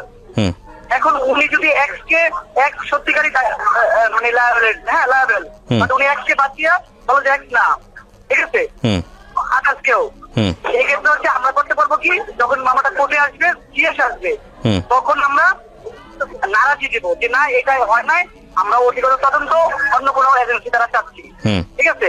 এখন এই মামলার যে মূল, আমি বলি মামলা সম্পর্কে আমি জানি যতটুকু বলি, মামলার মেন কাহিনী হচ্ছে কি আয়ু বায়েস, আসেন বলতে আয়ু বায়েস। এখন আয়ু অনলি ওই যে আব্দুর রব যে অ্যারেস্ট হয়েছে, হ্যাঁ, ওনার শুধু আলামত ডিএনএ টেস্ট করতেছে ইয়ের সাথে, ওই যে ভিকটিমের কাছে যে আলামত পাইছে সেই আলামত থেকে এই শুধু ওনার ইয়েটার জন্য উনি এই কোর্টে পারমিশন চাইছে, ঠিক আছে। কোর্ট ওনাকে পারমিশন দিচ্ছে ওই ম্যাচিং করার জন্য, যেটা সাদৃশ্যতা না এই দৃশ্যতা, হ্যাঁ, এটার জন্য আদেশ দিচ্ছে। এখন এই ক্ষেত্রে যদি এক্ষেত্রে এটা হচ্ছে আয়ু যদি চায় যে না, এটা অন্য কারো হাত থাকতে পারে, আয়ু অন্য আরেকজনকে সেটা করতে পারে, বা তাকে সেই মামলায় জড়িত করতে পারে, তার সম্পর্কে সে জানতে পারে, সেক্ষেত্রে আমরা আমাদের বেশি কিছু আমরা পাই, আমাদের ওরকম কিছু থাকে না। না, কিন্তু আমি যতটুকু জানি যে প্রাথমিক তদন্তে উনি যেভাবে ইনভেস্টিগেট করছেন, সেখানে যদি আপনাদের সে থাকে, সেটা আপনার নারাজি দিয়ে আবার কোর্টে সেটা পেশ করতে পারেন, তাই তো? হ্যাঁ, আমরা সেটা আবার বলতে পারবো যে না, এটা হয় নাই, এই ক্ষেত্রে আমরা চাচ্ছি না। এটা আসলে আমরা এখনই এইভাবে বলাটা উচিত হবে না, কারণ যেহেতু চাষিটা এখনো আসেনি, সুতরাং এখনই নারাজি পোষণ। সালমা অনেক কিছু বলে, আর একটা আয়ু চাইলেই তার মন গড়া হবে একদম, যেখানে ভিকটিম থেকে ধর্ষণের আলামত পাওয়া গেছে মেডিকেলে, রাইট, এক্ষেত্রে আয়ু চাইলেই একটা মামলার ধারা কমায় দিয়া বা কাইদা দিয়ে করতে পারবে না, মন গড়া রিপোর্ট দিতে পারবে না। উনি ভিকটিম, এই জন্য ওনার ভিতরে একটা আতঙ্ক কাজ করতেছে, হায় বুঝি আমাকে এইভাবে বুঝতে পারছি, রাইট, এইভাবে শেষ করে দিবে, আমাকে এইভাবে ঠকাই দিবে, থাকা আতঙ্ক ওনার ভিতরে কাজ করতেছে, রাইট। আমাদের আমরা যারা মিডিয়া দিব, আমরা যারা এইখানে এগুলা হেল্প করতেছে, তাদের আমাদের বেশি খুব আতঙ্ক হলে চলবে না, আমাদের তাকে সান্ত্বনা দিয়ে রাখতে হবে। রাইট। আরেকটা বিষয় আমি আপনাদের কাছ থেকে একটু জানতে পারি কিনা, সেটা হচ্ছে এই ধরনের মামলাতে ওনার তো নিজের কোনো অ্যাবিলিটি নাই, মানে সেই অর্থে ইকোনমিক কোনো অ্যাবিলিটি নাই, সেক্ষেত্রে আপনারা কিভাবে সহযোগিতা করছেন? মানে ওনার তো সেই অর্থে তেমন একটা ইকোনমিক অ্যাবিলিটি নাই, মানে আমি তো আপনারা কিভাবে সহযোগিতা করছেন আসলে এই জায়গাটা থেকে, কারণ আপনাদের নিজেরা তো এখানে প্রফেশনাল, রাইট? আমাদের সিনিয়ররা এক জায়গায় একটা হিয়ারিং এ গেলে মানে থাকে, হ্যাঁ, সেক্ষেত্রে আমরা ওনাকে ওরকম চাই না, উনি চা দেয় আপনার সাথে চা দেয়, উনি যেটা দিচ্ছেন বা দিতে পারতেছে, আমরা সেটাই ওনার থেকে নিচ্ছি, আমরা কোনো কিছু নিচ্ছি না ওনার কাছ থেকে। আমি একটা বিষয় একটু আপনার কাছ থেকে জানতে চাই, সেটা হচ্ছে যেহেতু আপনি লয়ার, এই মামলায় যে ধারাটা আছে, হ্যাঁ, এই মামলায় যে ধারাটা দেয়া হয়েছে, সেই ধারার সর্বোচ্চ শাস্তি কি হতে পারে? আমি একটু আমাদের লিসনার যারা আছেন, মৃত্যুদণ্ড, মানে এটা যদি প্রমাণ হয় তাহলে মৃত্যুদণ্ড হয়ে যাবে, তাই তো আসামির? হ্যাঁ, এটা মৃত্যুদণ্ড। আপনি প্রমাণ হয়ে আসলে আপনার বিচারকের কাছে যদি আপনি সাক্ষী প্রমাণ দিয়ে সম্পূর্ণ প্রমাণ করতে পারেন,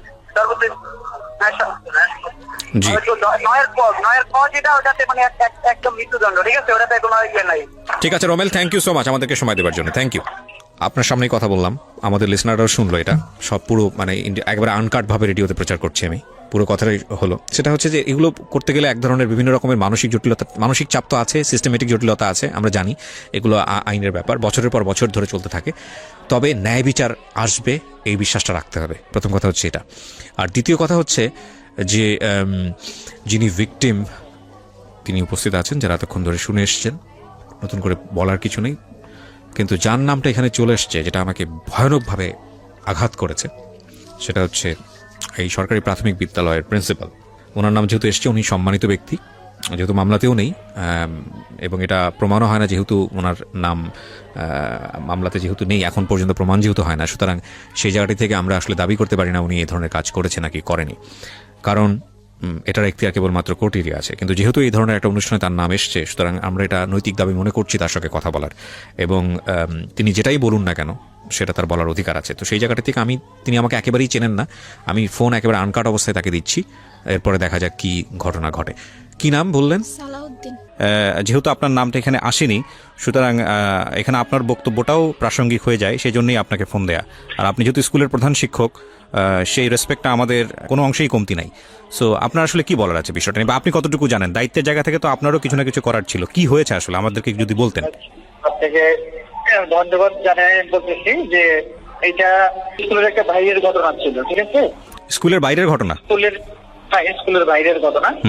এবং শ্যামপুর থানায় যখন এটার মামলা হয়েছে, শ্যামপুর থানার থেকে এটা তদন্ত হয়েছে, এরপরে তদন্ত হয়ে এটা আবার আপনার ইয়েতে গেছে শেষগা থানা। আচ্ছা, ভিকটিম সাপোর্টার যেটা আছে। আচ্ছা, ভিকটিম সাপোর্ট সেন্টার থেকে তো আপনাকেও ডাকা হয়েছিল, আমরা যতটুকু জানি। হ্যাঁ, আমি গিয়েছিলাম এবং ওইখান থেকে ওরা আসছিল, তদন্ত আসছিল। আচ্ছা, ওইখান থেকে ওই তাপসিংহতা নামে এক পুলিশ অফিসার আসছিল, আমি ছিলাম না ওইদিন, আমি ছুটিতে ছিলাম। উনি আমার সহকারী প্লাস হলো আমার যে স্টুডেন্টরা ছিল ওদের থেকে একটা স্টেটমেন্ট উনি নিয়েছে। আচ্ছা, যেদিন এই ঘটনাটা হয়েছে সেদিন ছিল বৃহস্পতিবার, জিএসসি পরীক্ষা চলে তখন। আমি আমার এক সহকারীকে নিয়ে পরীক্ষার কেন্দ্রে গিয়েছিলাম, ওই সহকারীও স্টেটমেন্ট দিয়েছিল, স্যার আমি একসাথে আমরা 9:30টার দিকে পরীক্ষার হলে থাকি এবং ওইখান থেকে আমরা প্রায় 1টা-1:30টার দিকে ওইখান থেকে না। কিন্তু একটা বিষয় তো এখানে স্পষ্টভাবে এসছে যে আপনার স্কুলে আসা অবস্থায় হচ্ছে সে মানে হারিয়ে যায়, এবং এ ব্যাপারে যেটা হচ্ছে যে সালমা যিনি অভিযোগ করলেন যে আপনার সঙ্গে বহুবার যোগাযোগ করেছে, আপনার কাছ থেকে সাহায্য চেয়েছে তার বাচ্চাকে খুঁজে পাওয়ার জন্য, সেক্ষেত্রে আপনারা কোনো সহযোগিতা করেননি, এটা আসলে কতটুকু সত্য? সম্পূর্ণ মিথ্যা কথা।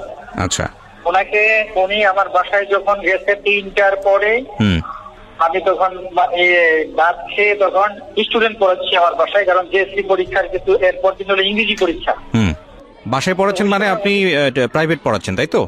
আমার ওই তো স্টুডেন্ট ছিল আর কি। আচ্ছা, ওরা বাসায় আসে। আচ্ছা, একজন। আচ্ছা, এখানে আরেকটা বিষয় এসছে সালাউদ্দিন সাহেব, সেটা হচ্ছে যে আমরা এরকম শুনলাম সালমার কাছ থেকে যে মানে বাচ্চাদেরকে এইরকম বাসায় পড়ানো বা কোচিং পড়াতে এটা বাধ্য করা হয়, এটা আসলে কতটুকু সত্য আপনার স্কুলের ক্ষেত্রে? না, এটার কোনো সত্যতা নাই, এটা মিথ্যা কথা। আর আমাদের ওই যে আছে আপনার যে পঞ্চম আর অষ্টম, আমাদের এখানে অষ্টম পর্যন্ত আছে। জি, অষ্টম পর্যন্ত। পঞ্চমের আমাদের থেকে যে পঞ্চম পিছিয়ে পড়ে ছেলে মেয়েদেরকে আমরা বিশেষ একটা ক্লাসের ব্যবস্থা করে থাকি ছুটির পরে। আচ্ছা, এটা আমাদের অফিস থেকে একটা নির্দেশ থাকে যে ওদেরকে আপনারা যে করেই হোক পিছিয়ে পড়া ছেলে মেয়েদেরকে একটু অগ্রসর করবে। আচ্ছা, আচ্ছা, আমাদের জায়গা থেকে একটা বিষয় আমরা বুঝতে পারছি যে আপনি যেটা বলছেন যে ওনারা যেটা অভিযোগ করছে সেটা সম্পূর্ণরূপে মিথ্যা, আপনার বিরুদ্ধে যে অভিযোগটা এসছে। আচ্ছা, আমরা সেটা প্রচার করছি, পাশাপাশি আমাদের যিনি ভিকটিম, আমরা তো তার নামটা মেনশন করছি না, আপনার ছাত্রী, তার কাছ থেকেও এরকম কথা এসছে যে আপত্তিকর জায়গাগুলোতে আপনার জায়গা থেকে এক ধরনের ইয়ে ছিল, আমি আসলে স্পষ্টভাবে উচ্চারণ করতে চাচ্ছি না এই বিষয়টা রেডিওতে। তো আপনার ছাত্রী ক্লাস 5-এ পড়ে। হ্যাঁ, আমি প্রশ্নটা একটু কমপ্লিট করি যে ওর কি আপনার প্রতি কোনো ব্যক্তিগত ক্ষোভ ছিল যে কারণে আপনার মনে হতে পারে যে আপনার সম্পর্কে মিথ্যা কথা বলছে, যেটা তো হওয়ার কথা না একটা শিক্ষকের বিরুদ্ধে। আসলে ওদের যে বক্তব্য, সেই বক্তব্য অনুযায়ী যেটা বুঝতে পারছি, যেটা লম্বা সময় ধরে হয়েছে, চেতনানাশক ঔষধ প্রয়োগ করে এটা লম্বা সময় ধরে হয়েছে, এটা আসলে স্কুলে থাকা মানে এটার সাথে আপনি জড়িতও ছিলেন না। ওইটা কি হয়েছে না হয়েছে ওগুলো আমি কিছু বলতে পারবো না। ওগুলা এটা কি করতে পারে সেটা তাদের ব্যাপার। এটা স্কুলের বাইরে কি হয়েছে না হয়েছে এটা পুলিশ ইনভেস্টিগেশন করছে, পুলিশ কি পাইছে না পাইছে সেটা আমিও জানি না। আপনার কাছে যেরকম বলছে আমি এরকম শুনছি, এর বেশি আর আমি কিছু বলবো না। খন্দকার জান্নাতুল ফেরদৌসকে কি আপনি চিনতেন? জান্নাতুল ফেরদৌসকে আমি তো স্টুডেন্ট নাকি চিনি, খন্দকার জান্নাতুল ফেরদৌস নামে কেউ চিনি না। খন্দকার জান্নাতুল ফেরদৌস হচ্ছে এই মামলার 1 নম্বর আসামি, এনার তো আপনাকে চেনার কথা, এতদিনে তো জানার কথা। আপনার স্কুলের ছাত্রী, সে ভিকটিম হয়েছে, আপনি তাকে চেনার কথা। কেউ যদি তাকে কিছু করে থাকে আমরা বলছি বারবার যে তার আমরা বিচার চাই। আমরা এলাকাবাসী এটা নিয়ে অনেক মিটিং করছি, আমার স্কুলে কমিশনারের সাথে আমি আলাপ করছি, আমাদের যে স্থানীয় কমিশনার আবু ভাই তার সাথে আমি আলাপ করছি, আমাদের স্থানীয় এমপি সানজিদা তার সাথে এই ব্যাপারটা নিয়ে আলাপ করেছি, এবং লোকাল যত লোক আছে সবার সাথে আলাপ করছি এই ব্যাপারটা নিয়ে যে আমরা কি করতে পারি। না অফকোর্স এটা আমরাও সেটাও চাই, আমরাও সেটাও চাই। হ্যাঁ, তো আমরাও চাই। কিন্তু আপনার স্কুল থেকে তো ভিকটিম মানে আপনার ছাত্রী সে চলে গেল, স্কুল থেকে বের হয়ে অন্য একটা স্কুলে ভর্তি হয়েছে, আপনারা কি চাইলে তাকে নিরাপত্তা দিয়ে স্কুলে রাখতে পারতেন না, বা এই ব্যাপারে আপনাদের স্টেটমেন্ট আসলে কি ছিল? আপনার ছাত্রী যে ভিকটিম সে তো আপনার স্কুলে এখন আর পড়ছে না, সেখান থেকে অন্য একটা স্কুলে চলে গেছে আমরা যতদূর জানি।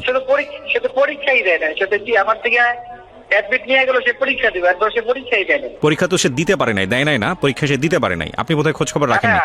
না, আমি তারে পরে ফোন দিচ্ছি যেদিন তার মা এসে আমার থেকে অ্যাডমিটটা নিয়ে গেল। আমি বললাম যে ওটা পরীক্ষার হলে পাঠান, কারণ আমরা কিন্তু পরীক্ষার হলে থাকি না, আমরা থাকি অন্য জায়গায়। পরীক্ষার দিনও আমি ফোন দিচ্ছি তারে, যখন হলের থেকে ফোন দিচ্ছি যে আপনার এই স্টুডেন্ট আসছেন, তখনও তারা আমি ফোন দিচ্ছি, সে আমাকে অকথ্য ভাষায় গালিগালাজ করে দিয়ে দিচ্ছে। এটা আপনাকে গালিগালাজ কেন করেছে? আমি জানি না সে কেন করছে। যে একটা মানুষকে কারণ ছাড়া অকথ্য ভাষায় গালিগালাজ করলো, আপনি কোনো স্টেপ নিলেন না? আমি কি দেবো তার কিছু কেস, তো আমার দরকার নাই তো। না কিন্তু আপনি তো স্কুলের প্রধান শিক্ষক, আপনার সঙ্গে না, এই স্কুলের ইমেজ জড়িত। আপনি যদি আমাদের বিনা কারণে কিছু বলেন, আমি আপনাকে কেন বলতে দেব? কোনো দরকার নেই তো আমার। আমি এলাকাবাসীকে বলছি যে সে এই বলে, এলাকাবাসী বলতে আপনার কিছু বলার দরকার নেই স্যার, আপনি চুপ থাকেন। আমি যতটুকু সাহায্য করতে পারে সে সেটা জানেন। আমি তাহলে এখানে স্থানীয় পোলাপাইন দ্বারা খোঁজার অনেক ব্যবস্থা করছি। আপনি স্থানীয় পোলাপান দ্বারা খোঁজার ব্যবস্থা করেছেন, বিষয়টা আমি বুঝলাম না, মানে এটা একটু যদি পরিষ্কার করতেন। না, সে যখন বলছে যে আমার সে পায় না, তখন বলছি যে ওদেরকে দেখো সম্ভাব্য কোনো জায়গায় সে থাকতে পারে কিনা। এই ধরনের এলাকার কিছু ছেলে মেয়েদেরকে আমি তার সাথে নিয়েই বলছি যে দেখো বাবা তোমরা। না, আপনি এলাকার ছেলে মেয়েদের কাছে কেন যাবেন? আপনি স্কুলের একজন দায়িত্বপ্রাপ্ত ব্যক্তি, আপনি যাবেন পুলিশের কাছে। পুলিশের কাছে তো রাত্রে গেছি আমরা। না, আপনি এলাকার ছেলে মেয়েদেরকে, এলাকার ছেলে মেয়ে কাদেরকে খোঁজের জন্য পাঠিয়েছেন? ওই মেয়েকে যে একবার আরেকটা ছেলের সাথে ধরে আনছিল ওই ছেলে, এবং আরো কয়েকটা মিলাই চিনে ওদেরকে আমরা পাঠাই। আচ্ছা, ওই মেয়েকে আরেকবার ধরে নিয়ে আসা হয়েছিল কোন একটা ছেলের সঙ্গে, আপনি সেটাই বলতে চাচ্ছেন? তো এটা আপনি নিশ্চিত? এটা নিশ্চিত, এটা পুলিশ সহ ছিল তো, পুলিশ সহ ধরতে পুলিশের খবর দিয়ে আনছি আমরা। আচ্ছা, পুলিশ আইসা পরে এটা মীমাংসা করছে। এটা কবে স্টেটমেন্ট দিয়ে গেছে? ওকে, এটা কবে নাগাদ হয়েছিল? এটা এর ঘটনার কত সম্ভবত মাস খানেক বা মাস দুই আগে হইতে পারে। সে সময় আপনার স্কুল থেকে কি স্টেটমেন্ট নিয়েছিলেন? আমরা তো পুলিশ এটার সাথে সাথে পুলিশের কাছে দিয়ে দিই। 1 মাস আগে? 1-2 মাস আগে হবে, আমার সঠিক ডেটটা মনে নেই। আচ্ছা, পুলিশের কাছে আপনারা দিয়েছিলেন। ওকে, ঠিক আছে। আমি আসলে প্রাসঙ্গিকভাবে যেহেতু আপনার কথা এসছে সে কারণে আপনাকে জিজ্ঞেস করলাম, এবং আমরা আসলে কাউকেই অ্যাকিউজ করছি না আমাদের এই অনুষ্ঠানে। আমরা চাচ্ছি যে একটা তদন্ত হোক, এবং তদন্তে যারা আসলে দোষী তাদের বিচার হোক, সেটা যেই হতে পারে। আর এই সমস্যাটা আমাদের সমাজে এখন বিভিন্ন অ্যাঙ্গেল থেকে বিভিন্ন জায়গা থেকে আসছে, এবং এটা খুব মানে ভাইরাল আকারে ছড়িয়ে পড়ছে এই ধর্ষণের বিষয়গুলো। আমরা চাই যে প্রত্যেকে এখানে সঠিক ভূমিকা রাখুক, এবং আপনি যেহেতু স্কুলের প্রধান শিক্ষক আপনার দায়িত্বটাও অনেক বড়, এবং আমরা বিশ্বাস করি যে আপনার এখানে সম্পৃক্ততা ছিল না, কিন্তু সেটা আসলে বিশ্বাসের উপর নির্ভর করে না, সেটা প্রমাণ করবে আসলে আদালত। সো আপনাকে অনেক ধন্যবাদ, আপনি সময় দিলেন আমাদেরকে, থ্যাংক ইউ। তো আমি যেটা বলছিলাম যে আপনার মেয়েকে আমি যেভাবে দেখতে পাচ্ছি তো মৃত, আমার কাছে মনে হচ্ছে যে মানে এর মধ্যে আবার ঘটনা হয়েছিল। কি ঘটনা? ওই থানায় নিছে আবার ওই মেডিকেলের রিপোর্ট আইসা থানায় নিছে রে। ওই ডিসি এই ডিউটি অফিসার নিয়ে দমকাইছে, আগের কথা বাদ, আবার আজমে দমকাইছে, আবার আমি দমকাইছি, কইছি তুমি গেছো কাগো বাসায় তোমার। এবার আমি ওর সাথে কথা বলবো, আপনারা কেউ কোনো ইন্টারাপ্ট করবেন না। গলায় দড়ি দিতে গেছে। আচ্ছা দেন, ওকে দেন, এটা দেন, মাইক্রোফোন দেন। তুমি আমার সঙ্গে কথা বলো 2 মিনিট, হ্যাঁ? সবকিছু ভুলে যাও। আমি জানি যে ঘটনা তোমার সঙ্গে ঘটেছে, সেটার জন্য আল্লাহ কাউকে ক্ষমা করবে না। প্রথম কথা হচ্ছে এইটা, কারণ তুমি এখানে নিরপরাধ, তুমি জানো না যে তোমার সাথে কত ভয়ানক ঘটনা ঘটেছে। কিন্তু আমরা সবাই তোমার সাথে আছি, লাখ লাখ মানুষ তোমাকে শুনতেছে, পৃথিবীতে খারাপ মানুষের সংখ্যা বেশি না, হ্যাঁ? লক্ষ লক্ষ মানুষ তোমাকে শুনতেছে, সবাই তোমার জন্য দোয়া করবে আজকে রাতে। সুতরাং তোমার জীবন ভালো হবে, এটা তুমি নিশ্চিত ধরে নিতে পারো। আমি মন থেকে তোমার জন্য দোয়া করি। টেনশন করার কোনো কারণ নেই।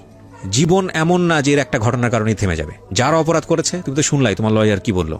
এবং একটা সবচেয়ে বড় জিনিস যেটা, আপনাদের ঢাকা মেডিকেল থেকে যে রিপোর্টটা এসছে, যেটা বলা হলো, সেখানে কিন্তু প্রমাণ আছে যে ও রেপড। তার মানে এটা পুলিশের দায়িত্ব এটা খুঁজে বের করা যে কিভাবে এটা হলো। এটা পুলিশ যদি কোনো কারণে চার্জশিটের এদিক ওদিকেও কোনো কিছু হয়ে যায় যেটা আপনাদের মনোপুত হচ্ছে না, তার মানে এটাকে কোর্ট থেকে এটা ওকে করার কোনো সুযোগ নাই। সুতরাং আপনাদের আস্থা রাখতে হবে। কিন্তু আমি তোমাকে এই সব জিনিসের নিতেই চাই না, কারণ তুমি ক্লাস 5-এ পড়া একটা মেয়ে, তুমি এগুলা কিছু বুঝবা না। দুনিয়ার এত ভয়ানক জিনিস তোমার জীবনটাকে নষ্ট করে দিক, শেষ করে দিক, তোমাকে একেবারে এফোর করে দিক। আমি জানো না, আমি 2-2.5 ঘন্টা শুনতেছি, আমি ভারী হয়ে গেছি অনেকখানি। আমি শুধু চিন্তা করতেছি, দেখো এগুলো একটা সময় সবাই ভুলে যাবে, কিন্তু তোমার জীবনের দাগ সারা জীবন হয়তো তোমাকে সমাজ বাধ্য করবে বইয়ে বেড়ানোর জন্য। হয়তো তুমি আমার কথাগুলো বুঝতেও পারতেছো না, ভুলে যাও। তুমি আমাকে একটু বলো তো, এই তোমার সাথে এই ঘটনা ঘটার পর তোমাকে কয়বার থানায় যেতে হয়েছে এখন পর্যন্ত? অনেকবার। লেখাপড়া বন্ধ হয়ে গেছে? জি। কেন বন্ধ হলো? অনেকবার যেতে হয়েছে। যেদিন নাকি আমাকে ওসিসি থেকে ছাড়া দিয়েছে সেদিনও একদিন থানায় ছিলাম। তারপরে আবার অনেকবার ডাকাডাকি করছে, ওসি এসে জিজ্ঞাসাবাদ করছে। তারপর আবার থানায় একজন আছে, সেও জিজ্ঞাসাবাদ করছে, অনেকবার যেতে হয়েছে। বিপ্রিন সেন্টার লেখাপড়াটা বন্ধ করলা কেন? এটা কি তোমার মা বন্ধ করে দিয়েছে নাকি তুমি বন্ধ করে, তুমি কনসেন্ট্রেট করতে পারছো না? কি হয়েছে লেখাপড়া? তুমি তো 5 পরীক্ষা দেওয়ার কথা। পরীক্ষা দিতে পারিনি, যেদিন আমার পরীক্ষা ছিল সেদিন আমি করেছিলাম। কোর্টে ছিলা তুমি? জি। কোর্টকে জানাও নাই যে তোমার পরীক্ষা আজকে? না। ওই দিন কি হয়েছে? ওই যেদিন প্রথম পরীক্ষা সেদিন তো কোর্টে জবানবন্দি নিতে বললা কোর্টে। আর যেদিন পরীক্ষা সকালে এদিন রাইতে তো আর রাইতে আমরা থানায় ওরে নিয়ে মেডিকেলতে ছাড় দিলে থানায় এক রাত রাখে, এক রাত থানা জমা নেয়, বুঝছেন? এটা কি মানে ক্লাস 5 এর ফাইনাল পরীক্ষার কথা বলতেছেন? হ্যাঁ, এই যে ফাইনাল গেল যে দিতে পারলো না, তো এখন 5 ভর্তি করছি, তো আবার স্কুল ড্রেস বানাই দিছি। স্কুল চেঞ্জ করছেন? হ্যাঁ, ওই এলাকায় ছেড়ে দিছি আমি। এখন দোলাইপাড়া এলাকার থেকে গেছি কেন, গত মাসের 1 তারিখে গিয়ে ওই জায়গায় স্কুলে ভর্তি করছি। আমি একটু বলতে চাই, ওই মামলাটা করার পর আমাদের উপর 2 বার হামলা হয়েছে। কিসের হামলা? আমাদের আমরা যে দোলাই পাচ্ছিলাম যে প্রেমগলিতে, ওই বাড়িতে 12 জন পুরুষ এসেছে। দরজা মানে অনেক জোরে জোরে ই করতেছে। তারপর তোমরা এলাকা ছেড়ে দিয়েছো? তখন আমরা আমার আম্মু পুরা বাড়ির ভাড়াটিয়াদের ডাকছে। তখন ওই লোক কিন্তু আমার মার সাথে অনেক খারাপ খারাপ আচরণ করছে। কোন লোক এটা? ওনার নাম হলো হাত কাটা আক্তার, ওনার হাতগুলো কাটা। উনি হলো মাস্তান, একজন মাস্তান, সবাই চেনে দোলাই পারে যে মিরাজি বাগের হাত কাটা আক্তার। 12 জন পুরুষ আসছে, ভাড়াটিয়ারা সাক্ষী। তখন ও ঢাকা মেডিকেলে তখন আসছে। আমার আম্মুর সাথে অনেক খারাপ আচরণ করছে যে আপনার সাথে আমরা আলাদাভাবে কথা বলবো, এর একটা মীমাংসা হওয়া দরকার, আমরা মীমাংসার জন্য আসছি। তারপরে আমার আম্মুর সাথে সাথে আমাকে নিয়ে শ্যামপুর থানায় গেছে, একটা জিডি করছি আমরা এই ঘটনার প্রেক্ষাপটে। জি। আর ওই দিন সকালবেলাও একজন এসেছে, যে ওই যে খন্দকার জান্নাতুল ফেরদৌস যে ঘরে যে একটা মেয়ে থাকে মিতু, ওই মিতু একজন লোককে নিয়ে আসছে। ওই লোক আমাদেরকে খুঁজে পায় নাই। আমরা সকালবেলা মেডিকেলে ছিলাম, তো আমাদের বাড়িওয়ালার কাছে কি না কি জিজ্ঞেস করার পরে চলে গেছে, আমাদেরকে পায় নাই। ওই জিডির কাগজ আমাদের কাছে আছে। তারপরে কিছুদিন আগে যে আমার আম্মু যে কোর্টে গেল, সিএম কোর্টের বাইরে, জি সিএমএম কোর্টের বাইরে আসামি পক্ষের লোকের আমার আম্মুর ওন্না ছিঁড়ে ফেলতে নিছে। আমার আম্মুর উপর মানে যখনই দেখে খারাপ কথা বলে, তারপর আমার আম্মুকে হামলা করতে চায়। কোর্টে তো ওকেও নিয়ে যেতে হয়? না ও যায় না, আমার আম্মু বাদী, আমার আম্মু যায়। তো আমার আম্মু কোতোয়ালি থানায় একটা জিডি করছে, সাধারণ হামলা হওয়ার পরে সাথে সাথে আমার আম্মু একটা জিডি। এবং আপনারা জায়গাটা ছেড়ে দিয়েছেন। আপনি এখন কি করেন পেশায়? ওই কাপড় বিক্রি করি। কাপড়, বোরকা পরে কাপড়? এই আরানের আগে কলম না কিস্তি পাইছি, এই টাকা দিয়ে মাল উড়াইছি, বেচতে পারি নাই। তো আমার কিছু বলার নাই। ঘরে একটা আলমারি আছিল, ওইটা 10,000 টাকা বিক্রি করছি। একটা আলমারি বানাইছিলাম ওই কাপড় চোপড় রাখার লেগে, মানে এটা বিক্রি করে লাইছি। এটা দিয়ে যে গাড়ি ভাড়া বুড়া দিয়ে কোর্টে যাই, ওই টুকটাক করে উকিলের 200-300 টাকা এই আলমারি বিক্রি করার টাকা দিয়ে বেচ চালাইছি। ওটা দিয়ে চলতেছে। একটা কথা বলতে পারি, শুধু ইতিহাসের জঘন্যতম একটা এপিসোড প্রচার হলো আজকের এই জীবন গল্পে। আমাদের যে মনুষ্য পরিচয় না, এই মনুষ্য পরিচয়গুলা, আমরা ভয়ানক খারাপ মানুষ। আমার এই সব মানে সিলেবাস খুব সুন্দর করে কথাবার্তা বলা, এগুলো সব থেকে বের হয়ে আসে ভিতর থেকে, যেগুলো আসতে সেটা আমি বের করতে পারতেছি না। আমি সরি টু সে, আমরা ভয়ানক রকমের বাজে মানুষ। আমি সাধারণত কখনোই মানে এতটা বেশি পেসিমিস্ট, মানে এতটা বেশি হতাশ হই না, এতটা বেশি ঋণাত্মক কথাবার্তা বলি না। বাট আজকে আমার খুব বলতে ইচ্ছে করছে, কেন জানি। লেভেল থাকা উচিত তো, তাই না? মানে একটা হচ্ছে, এটা তো অবশ্যই একটা পারভার্টনেস, ভয়ানক রকম ভাবে বিকৃত মানসিকতার যারা, তারা এই ধরনের শিশু যৌন নির্যাতনের সঙ্গে জড়িত।